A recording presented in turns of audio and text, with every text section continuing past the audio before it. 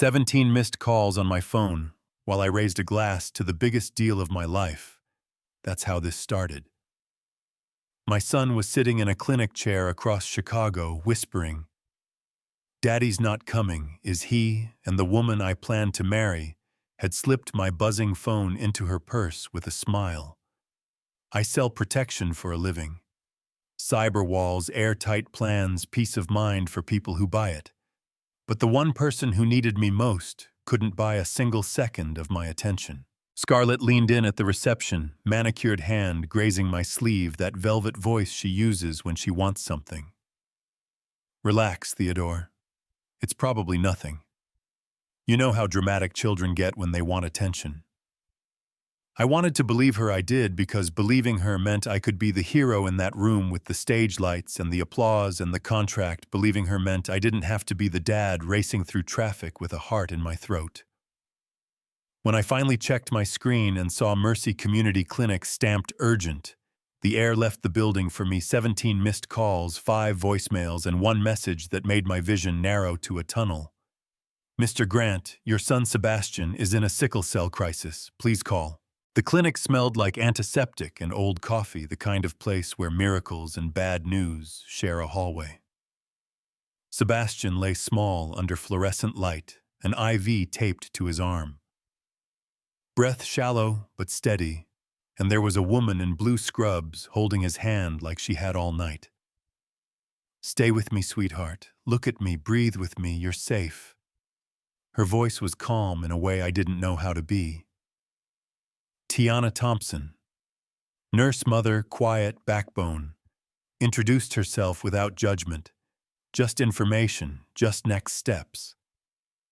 Dr. Julian Reed slid in with the seasoned face of a man who's seen too much and still shows up.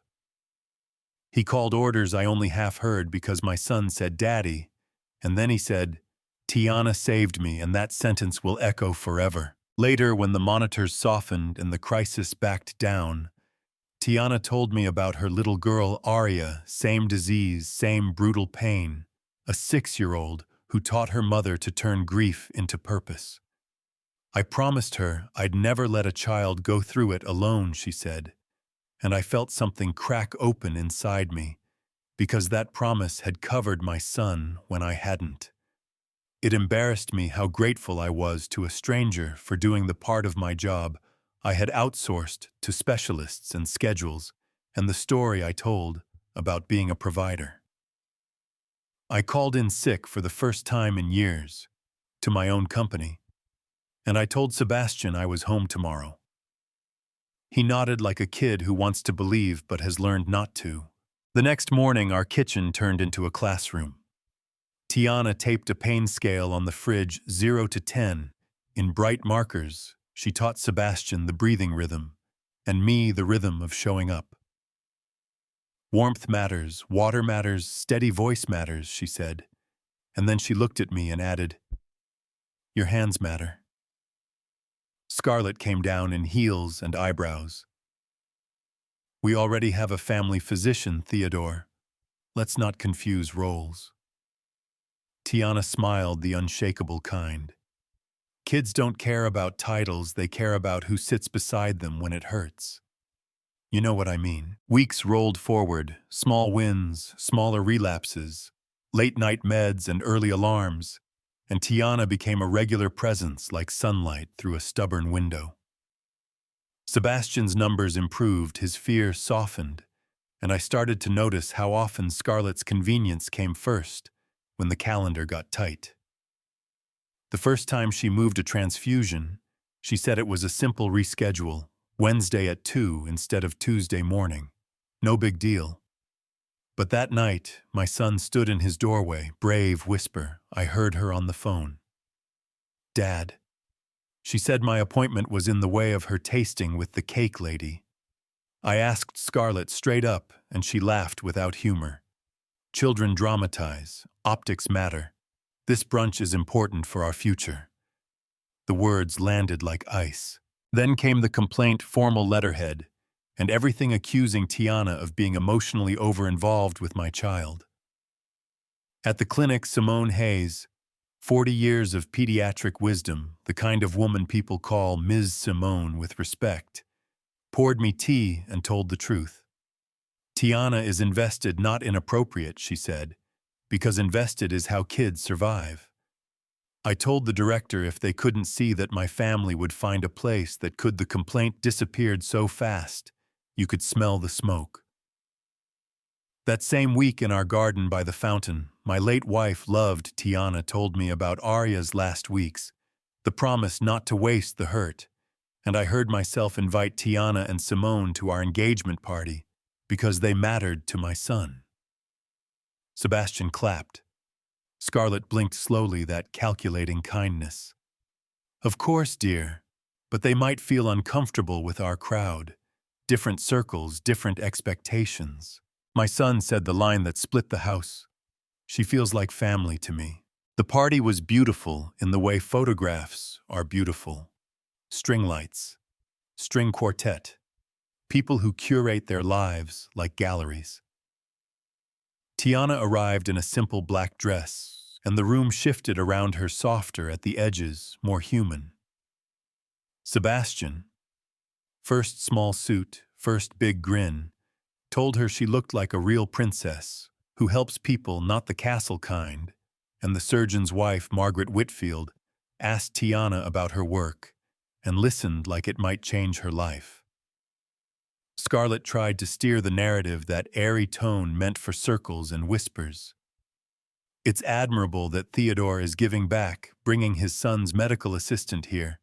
One hopes she understands the social dynamics. I saw Tiana's hand smooth her dress like armor, and I did what a man does when the truth finally lands.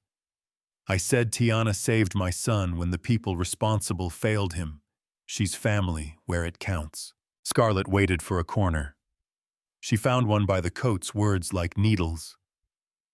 I don't know what game you're playing, but it ends tonight. You're using his grief for access, and it's tasteless.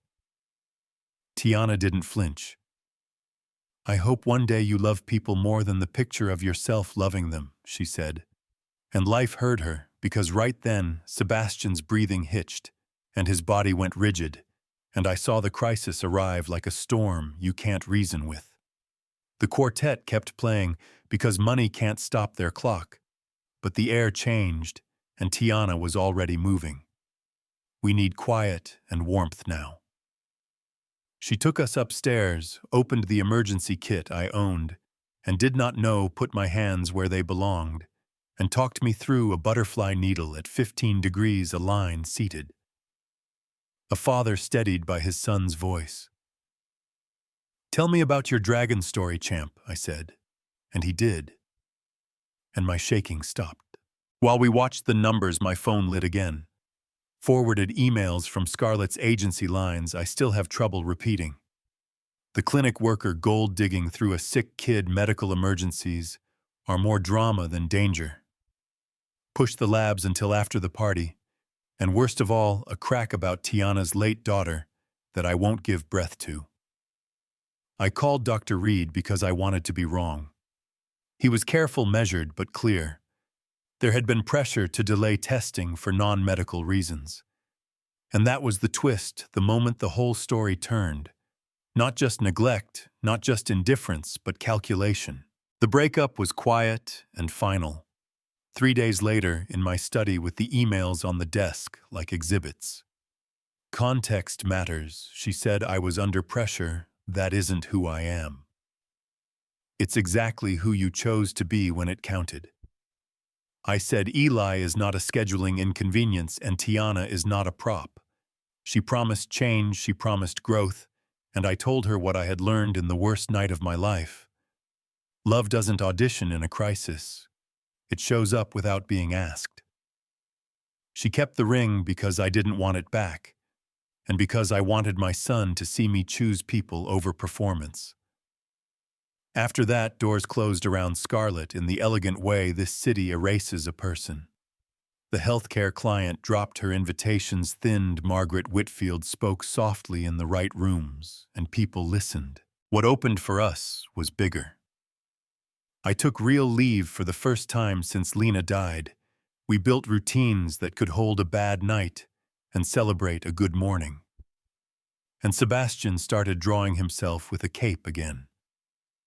Tiana moved from nurse to constant, from constant to family.